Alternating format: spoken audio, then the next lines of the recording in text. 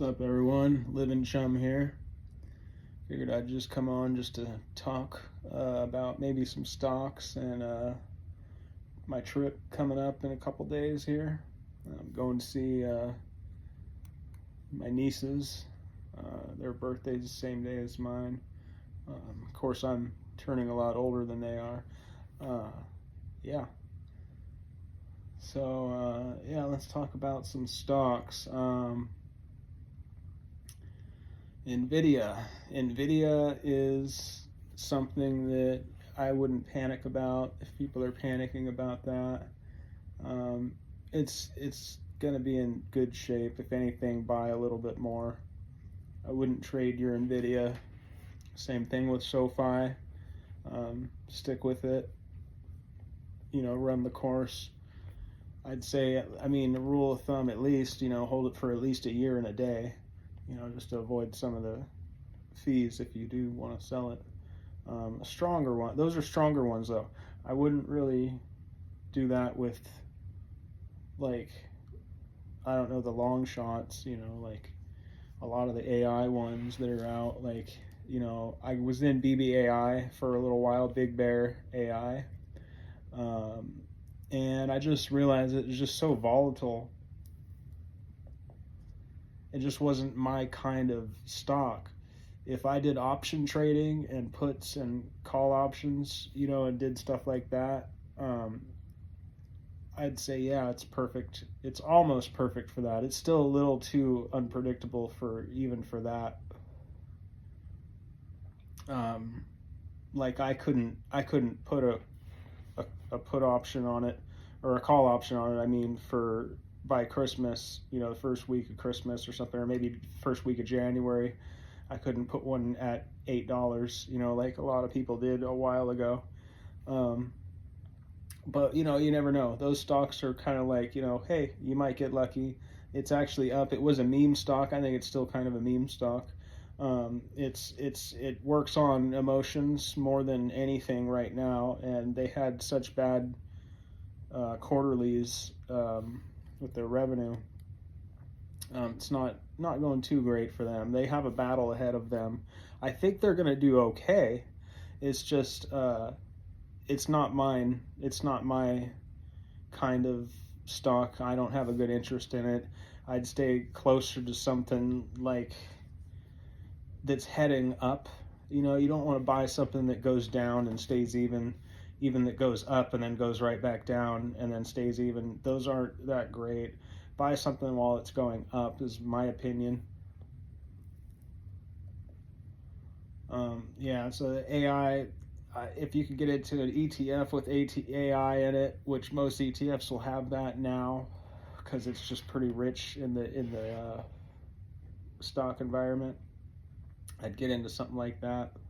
I've been looking more into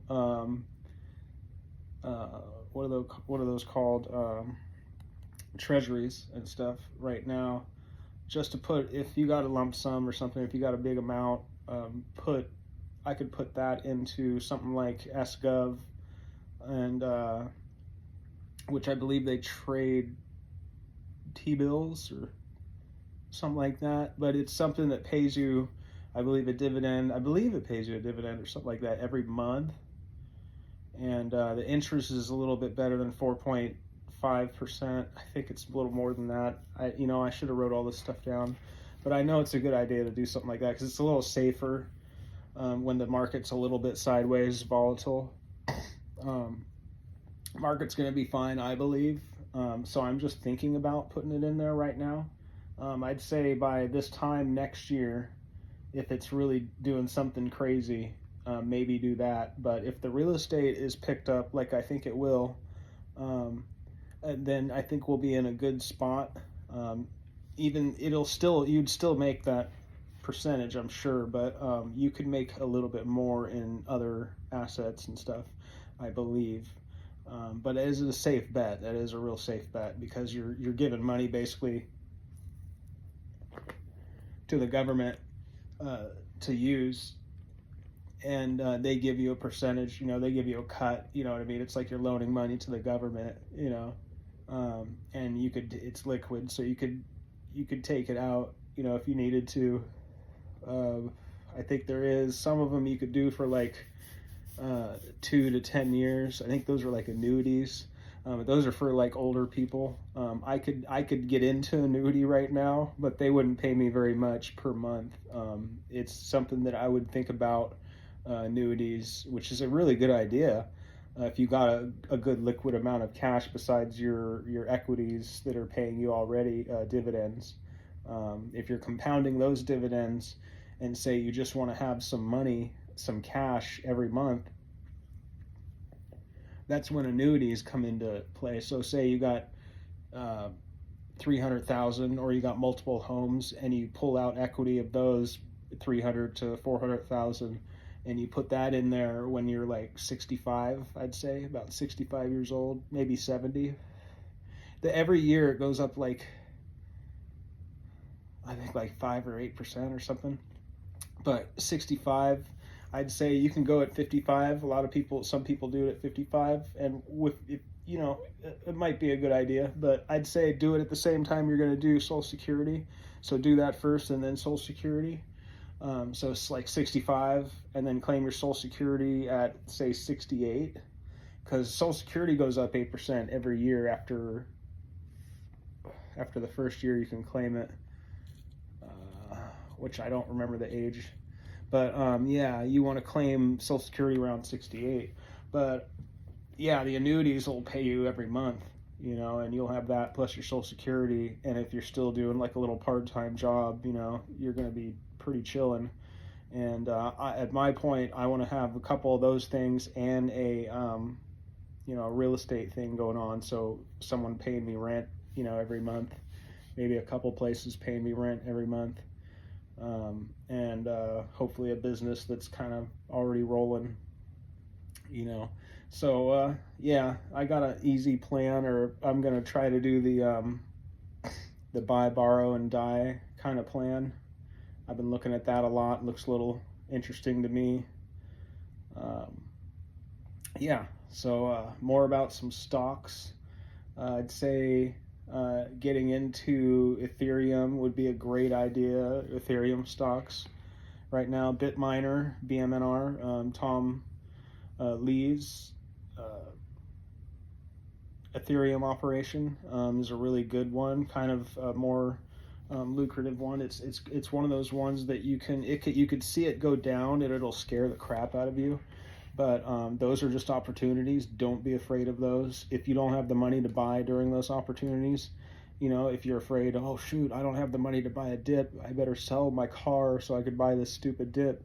Don't worry about the dips. If you don't have the money to do the dip, don't do it. You know what I mean? Just know that it's going to come back up, because if you would buy the dip, then you know that it's probably going to go back up.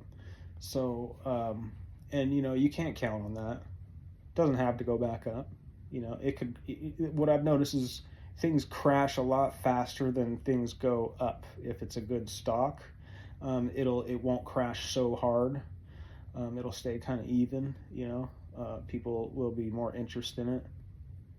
But yeah, no stocks have to do anything really. Sometimes they do really good.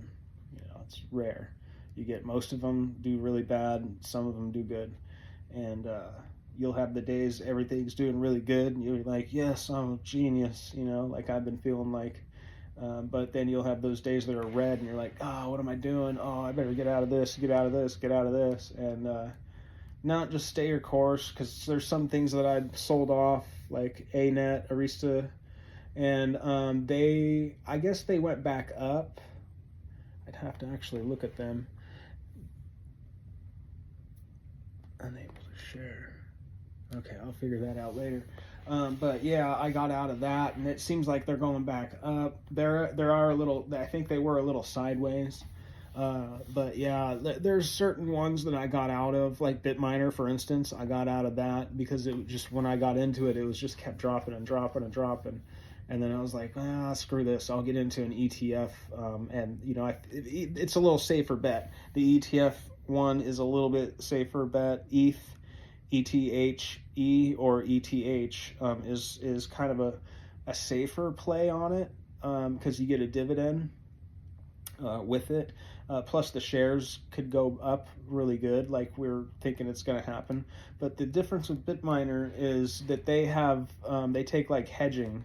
They do like your percentage could go way up with Bitminer compared to Ethereum ETFs, um, and not necessarily. You can actually make more over time, maybe with the ETF because it's something that they can change up if they need to, not that Tom Lee can change up Bitminer because literally it used to do bit mining and now it's doing Ethereum hedging and trading and stuff. So uh, it's a really good opportunity to get into crypto right now. It really is, because when the job markets are going down this bad like that because AI and there's a lot of automation taking over and people working from home, things are closing down. Businesses are having to write off a lot of things in the last like 5 or 6 years. They're having to write off a lot of losses, and it's just starting to catch up with that right now, and they're starting to just catch up with that. And so the economy's doing this thing like it's going boop boop, kind of like an EKG, QRS wave. It's kind of doing this thing where it's cha, but imagine it going up and to the right more while it's doing that. So it's kind of doing this, doing some hiccups, and I think it's going to keep going up and keep doing that QRS wave kind of thing happening uh, for a while. I think at least a couple years. We're gonna have the historical dips, January and all that. I've only been in this for a couple months, and I've studied it, every day for the last few months, and I've noticed that historically, January, kind of February-ish, is kind of a bear market. Right now is like a bear market. So if anyone's hearing this that actually watches my channel buys right now, it would be kind of a weird time to buy. It wouldn't be a weird time to buy right now. It'd be like a sketchy time because I don't like to buy anything on a Tuesday, but it's tomorrow's Wednesday anyway. The closing's over for the day, but I would say this before the rate cut that's coming, which is the 17th. If you're going into, anything really, get into it right before then. So before the 17th of September 2025, if you can get into anything really before that, you're gonna probably have some kind of gain. It may not be big. You may actually lose a little bit. Diversify, so you're gonna probably gain. If you diversify right, you're gonna probably gain some after the 17th. It doesn't have to though. The rate cuts are already kind of priced in right now. People are anticipating it. That's why I say stocks are built on emotions a lot of times, I feel, and hype and memery. So it's something that's an emotional thing that's already kind of played into the market right now because there's people that know, businesses know. If I know, I'm an idiot. There's a giant business that knows about that has millions of shares of different funds that's going, yeah, I'm going to do the same thing, but I'm going to do it, and it's going to you're going to see a difference in the stock market, with multiple giant corporations do it and get into this or stay out of it. And when they get into it, I think it's gonna hit more gains because I personally am gonna get a little bit more into SoFi and probably open up an equity of a REIT, a real estate REIT. Thing about a real estate REIT is be careful. I wouldn't go into any kind of company real estate. A warehouse, that's different. I would go into warehouses, but mall REITs, anything that has anything like that, I'd stay out of that. Anything that basically think about anything that Amazon could rent or make, or anything that sells property to places that build the superconductor plants that we're going to need everywhere and all the power plants.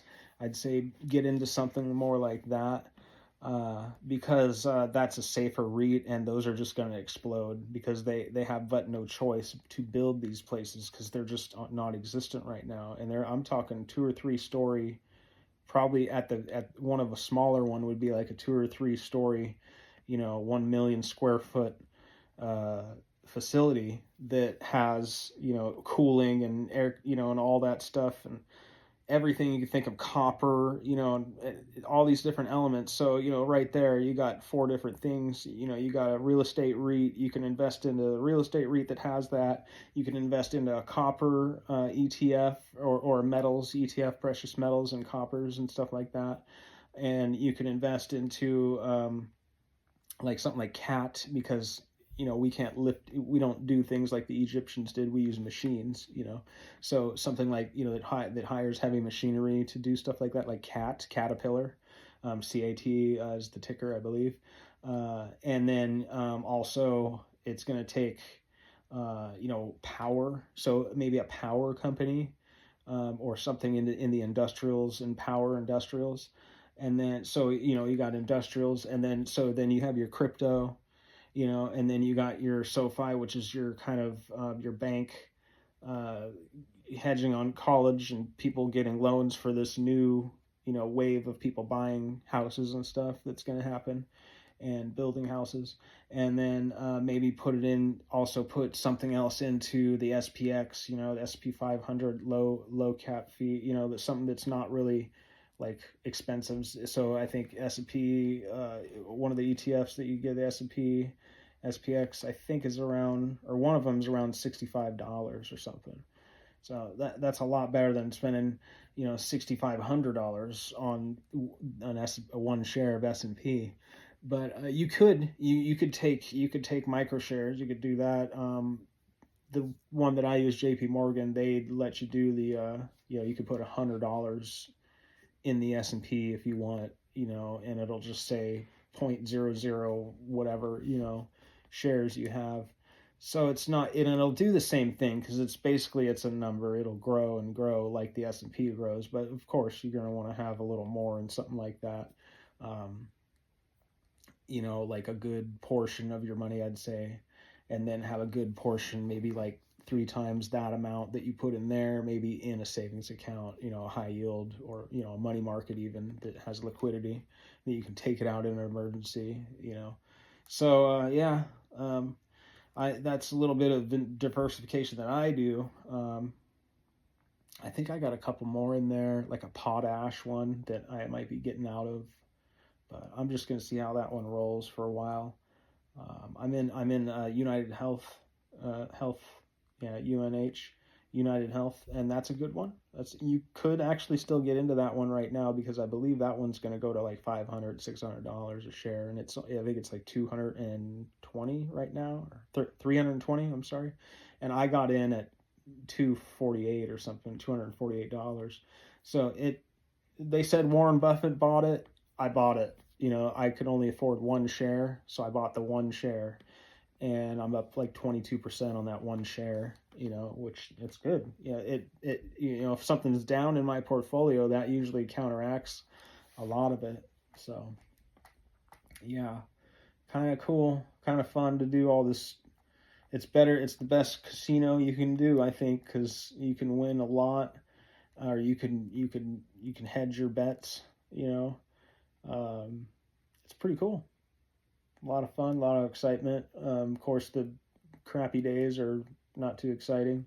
And of course, when you have more money in there, when I get more money in there, the red days are going to be like even harder because those numbers are just going to be a little bigger. They're going to be the same difference, maybe, because sometimes I lose 2 or 3% on one of the stocks, and I'm like, holy crap, I'm like, shit, I think it's going to go back up, so maybe I'll buy a little more shares, or I sell half of them, and then, or sell all of them, I have a kind of a rule, if anything goes over 5.5 to 6%, just to sell it. 5%, actually maybe 6 to 7, and just to sell it, just to get rid of it, because most of the time you can get it at a better price, and even the next trading day, you can possibly get some of that loss back from just buying another one, even though you're going to pay some fees. You can actually get in at a better price at least, and balance out some of those fees for holding on to it.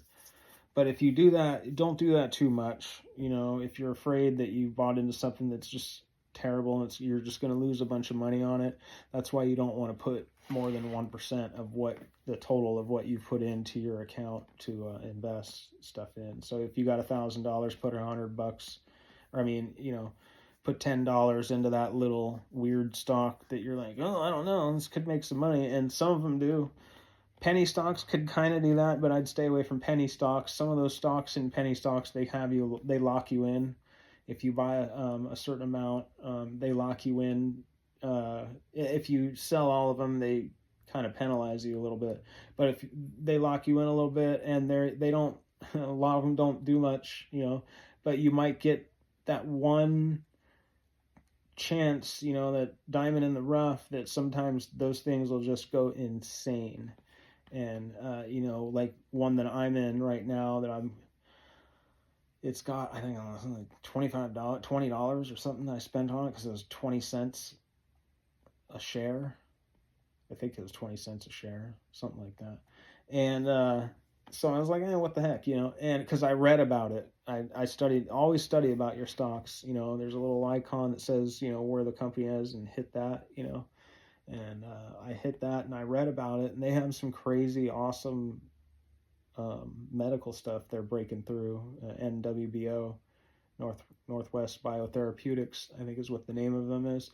Their CEO, I think, or whoever it was, did just die, which is kind of sad. But they did a couple different restructures, and they did a couple of different things. But what their base core is like this really crazy cure for this cancer and stuff, and I believe with stem cells.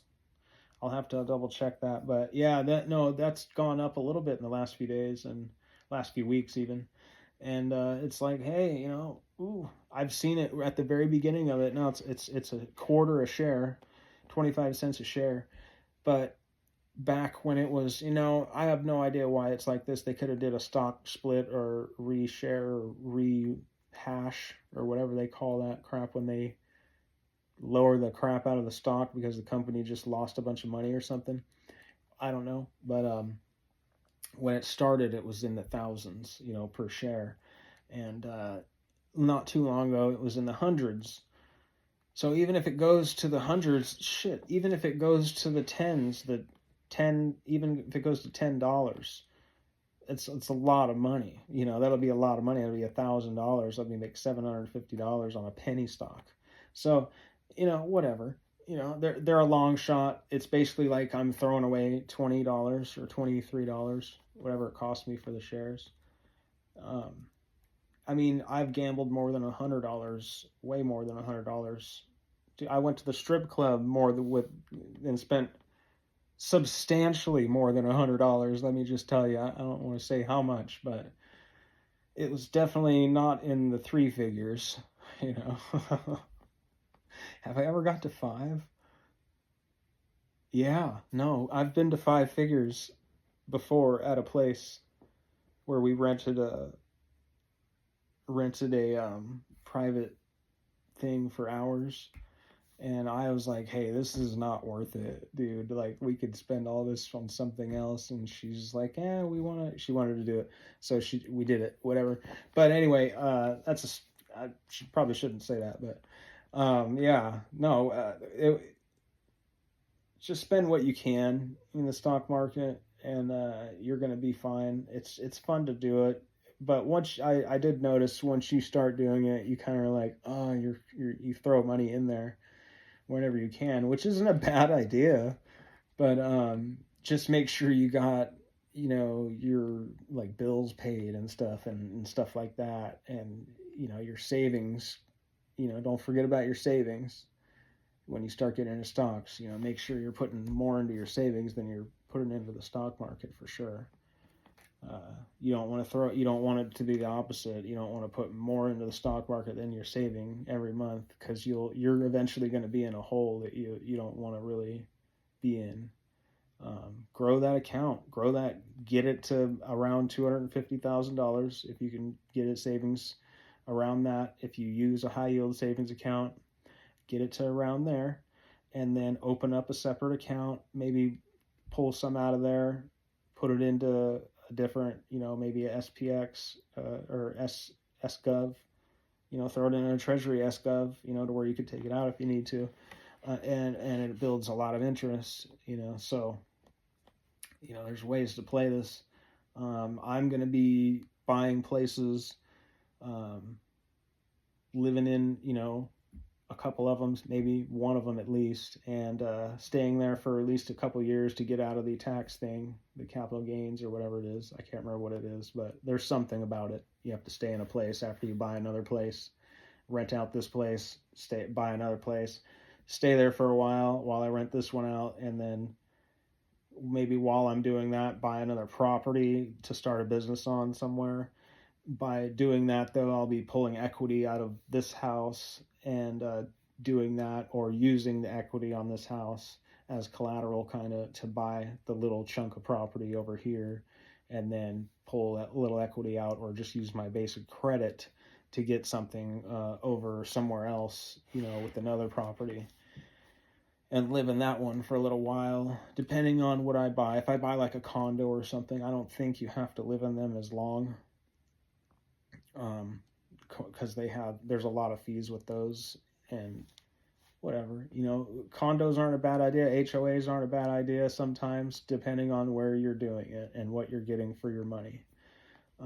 I would say an HOA in where I'm living in Rockland, California, definitely not worth it. It's a rural, it's nothing special about it, but an HOA in say close to Las Vegas, or, in Hawaii, for instance, or somewhere like that, definitely worth it. It's going to be worth it, because you're going to get a lot for that costs so much when you're not from there. You go there and you're spending, $600 a night at some of these places, and it's insane. And so you look at the amenities you get. You want to have something that has a restaurant in it, and a store, and a pool, and like a gym. And then I say almost every one of them is worth it, because they're also most of the utilities are all included. So that's another thing. It's not just you're paying HOA fees. Those are part of your utilities. So think of it more as a utility bill, because if you had someone to take care of your pool, to sweep your floors outside your house, and maintain everything like your gym and everything, and have all that equipment, and just all these different things, a gym membership, all these different things, it kind of adds up to where you can go, all right, well, I could pay this company X amount of dollars on top of what I would usually pay for utilities, and having a pool and people take care of it for me, which I have one, and I know how much it is, and it's not cheap. And I'm sure in Hawaii it's a lot more expensive. Everything is. So yeah, it's one of those, things that if you have kids, I'd say no, don't do HOAs anywhere, or condos that have HOA fees attached to it, really, which they all are. Yeah, just get into something if you're single, or you have another, a spouse or something, or whatever your situation is. You got a roommate, you're going to school. I'm going to be going to school, so I think it might work out pretty good for me, depending on where I go. The first school I'm going to, I'm not going to do that. I'm going to stay here. The next round I'm going through for the degree is I'm going to probably go somewhere else, hopefully, and do that there, and look at places like that. So while I'm doing that, I can invest in that, have another investment, banked, and have this one, paying for that investment, and me a little bit of money also, and I could throw into some stocks, and and just kind of do that. And that's why I would do a condo, or something like that over there, because I would get what I like having around me out of it, without having to buy a place, put in a hot tub, put in a sauna, uh, do all these other crazy things, that I like to have, and they're wants, they're not needs. I understand that, but I could kill two birds with one stone doing that, I think. So I'm gonna just look at them while I'm over there in Hawaii in a couple days, see what the ballpark has in store, see what they have. I don't know if I can actually do it yet, in the next couple years, but I know after 2 years from now, I know I could definitely do it for sure. I know I'd have enough saved in capital. I'd have, my credit would be really good by then because I don't have any right now. It's actually building. It didn't take very long. It's building real fast.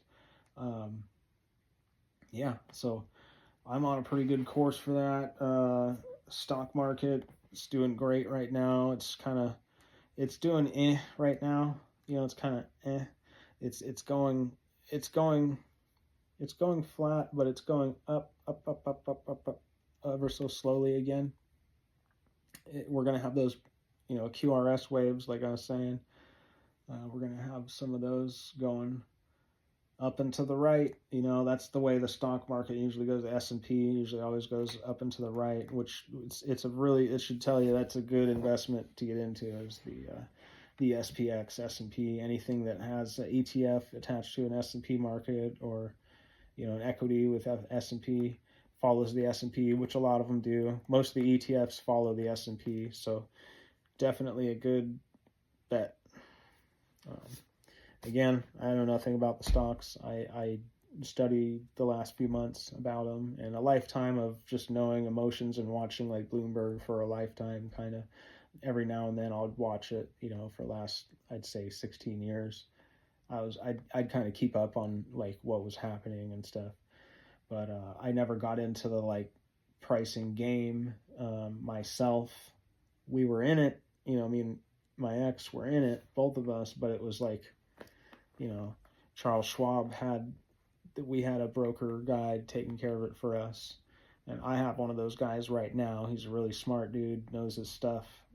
Awesome dude for JP Morgan. And he's taking care of a chunk, and I'm taking care of a chunk. He's got the bigger chunk, thank God. But I have the smaller chunk that I'm going to use to build to make a bigger chunk and slice off some pieces to him of my pie. As time goes on, keep slicing over and adding to that. And then, if I see an opportunity, I add to that. Boom, boom. Make it go up, hopefully. And keep throwing him slices and keep that machine rolling. So, all right. Well, you guys have a good day. Hopefully I get someone that watches these things and I'm not talking to myself for too much longer. Anyway, have a good day, and I will see you when I am 43. Actually, that's not true. I will see you before that, because I'm going to record a few things in Hawaii when I'm over there. I don't know about, when I'm over with family over there. I have my cousin and my nieces over there, like my brother, I guess. More my brother, I guess. Not real. That's just how we are in Hawaii. Everyone's kind of family, But I've known this guy for a long time before he had a girlfriend, and he got a girlfriend, got married, had two kids, and one of the kids or both of the kids' birthdays is on the same day as my birthday, and so it's really cool, always been pretty close to him. He's a really good dude. But yeah, I'm probably gonna go do some walking around and stuff, and I'll do some stuff like that, or I'll do a little one of these things from my room up there. Yeah, so, or I could find a spot in the park or something around the beach. It's just kind of loud, around the beach. It's always windy usually. There's supposed to be some hurricane right off the coast, or just passing by or brushing by. So, might not be good to be outside doing too much like of this, but I could do a lot of walking around, showing these guys stuff. And I don't think I'm going to rent a car. I think I'm just going to kind of keep it budget friendly this time. I used to go all out, and have thousands of spending money, and different life. I'm not married to that massive, uh, you know, budget anymore. It was a lot of fun. It would blow my mind every time we would get anything, or she would say, "Here, this is what I'm putting on your thing," like your card. And I'm like, man, that's too much. Sometimes when I'd laugh, I'd go, "Oh my god!" Every single time, I don't think there was one time that I was not like, "Holy shit!" Oh my effing gosh. Uh, Cause it was just like, cause everything is really expensive over there. So I didn't drink, but I would find that, because drinks are expensive, I'd find that, she would run out pretty quick, or I would sometimes, and we would kind of work off of each other. But it was a lot of fun. Had a really crazy, awesome time. So I do know the island very well, all of them really, because of that life I just went through every island. I couldn't tell you how many times I've been there, to any of the islands. Only one I could tell you. I've been to Lanai uh, three three times. Yeah, 3 times, and I've been to Lahui. What's that? Jurassic Park. I've been to Jurassic Park once, I think. Kauai once, but the other ones I've been to all of them. Multiple times in Maui and the Big Island. No, I think the Big Island I've only been to once also. So yeah, I take that back. But Maui and Oahu, I've been to. Couldn't tell you how many times I've been to Maui and Oahu. Probably Oahu more than Maui. That's where I'm going to, is Oahu, and gonna hang out, have some fun, relax. Really, I'm not really like the partier anymore. The last like 5 or 6 years, I've been just really chill. It's probably why she didn't like me anymore. I don't know, but I just like to be as healthy as I can, and I play video games. That's another thing. But I also, I like to go out and do stuff and hike around and do zip lining and anything really that skinny people do that I never got to do when I was big. If there's something new, I'm like, oh yeah, I'll try that. And probably suck at it, but yeah, I'll take you guys with me on a few things at least, or at least one video, I could promise. When I'm in Hawaii, I had a rule the last several years, is I'd always leave my phone in the room. I'd never do anything like taking pictures for people. And it was just because, like, you want to see Hawaii, go to fucking Hawaii yourself. You know what I mean? So uh, no, I don't mind. I used to do it all the time, and I just got sick of it, because I've seen it all, and I don't even go to luau's or anything the last like 5 or 6 years, because it's just like, well, I'd say the last 3 years. I don't think I've been to luau, but because they're not. I mean, there's just, the food's not that great, and there's a lot of it, and the show is the best part of the whole thing. And a lot of times you're gonna see that, either whether you want to or not, in Hawaii, as you're walking around and stuff. If you don't walk around, you're not gonna see shit really. But if you walk around and kind of explore, and kind of go to the rooftop places at night and stuff, you're gonna see shit like that down on the beach. You can sit there and watch it, or on top of rooftops. Um, and there's places that want you to see it for free a lot of times too. If they have seats just left over, and there's like, the show's going to start in a few hours, you can get them way down to like $10 a seat. You got to know how to talk them. Hawaiians, a big thing about Hawaiians is they really like the bargain and the bundle deals and stuff like that. So yeah, I'm definitely going to the swap meet, at the stadium, even though there's construction all over the place. I hear it's in the parking lot still. I'd have to check it and see if it's somewhere else right now.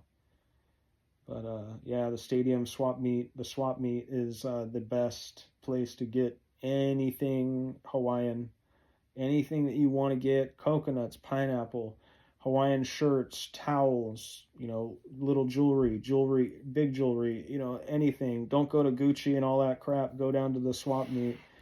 You're not going to get the Gucci, bracelets at Swap Meet, but you're going to get a lot better deals on bracelets and all that stuff, that you're going to wear maybe, a handful of times and then throw it in a box on your shelf.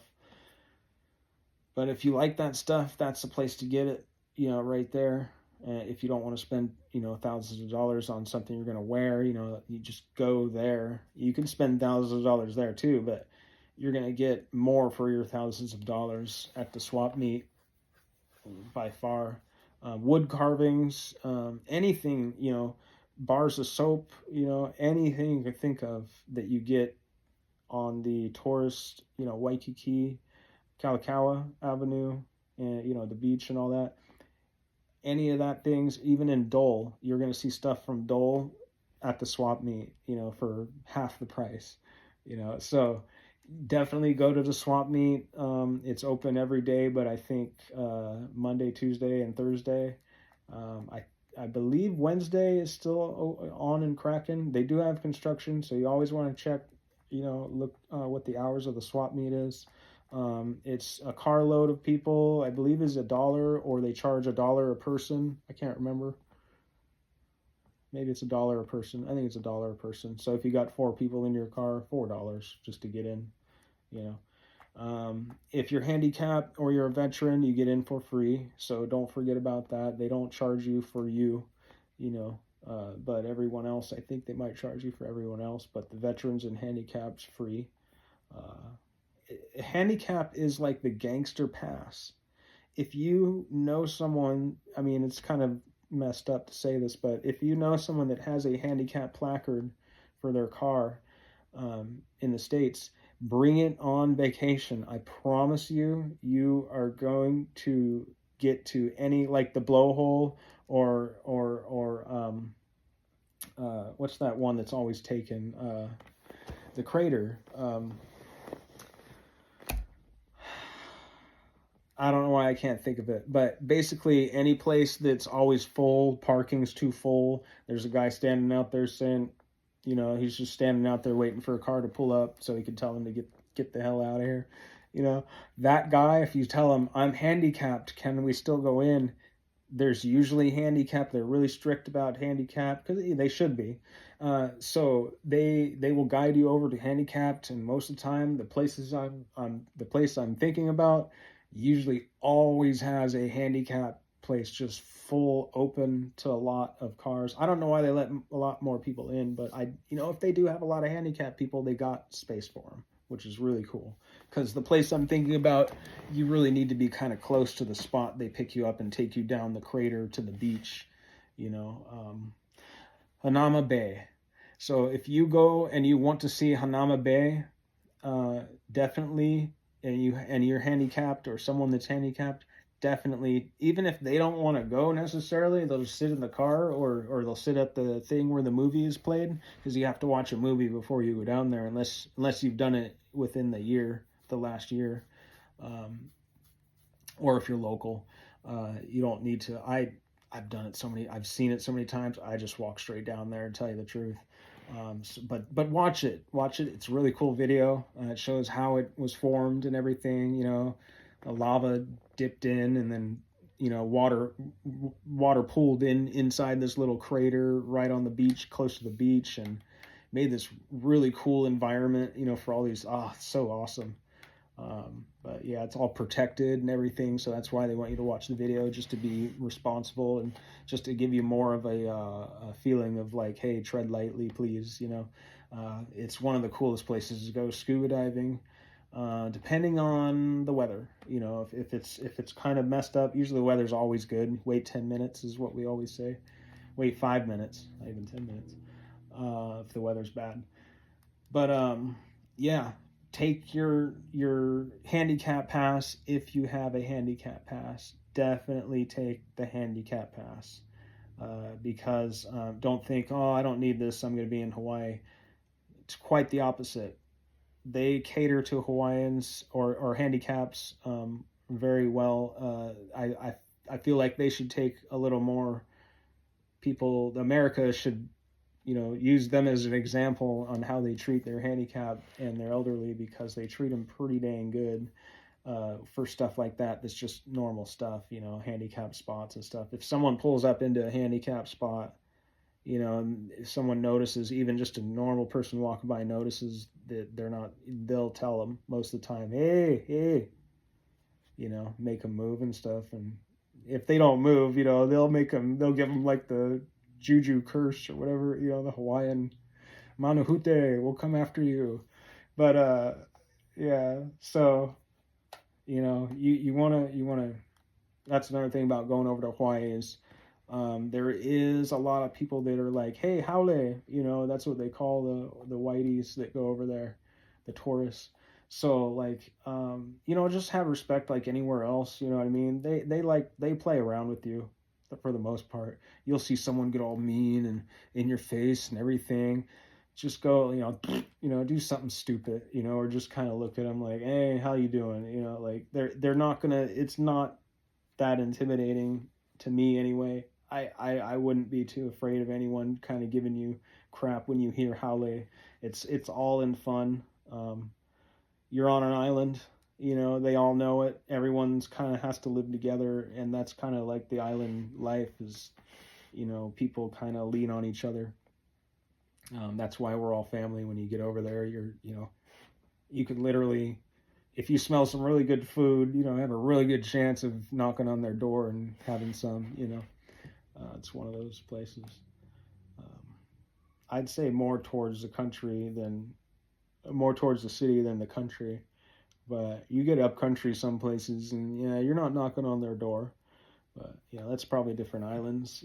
For the most part, I mean, Oahu's pretty chill in that respect. You get up country in Maui and stuff, and people are pretty private up there. Not that they're going to hurt you or anything. They're just going to lock you out their gate or tell you, hey, no. Especially around where Oprah lives. That's where I was looking at, but I want to be closer to the city so I could do massage in the city and stuff. All right, everyone. I'll stop yapping. All right. Hopefully people watch this. I think I already said that, but maybe someone will watch it one of these years and just watch it, all right. Have a good one. Stay invested in life and in stocks, and you'll be good. Peace.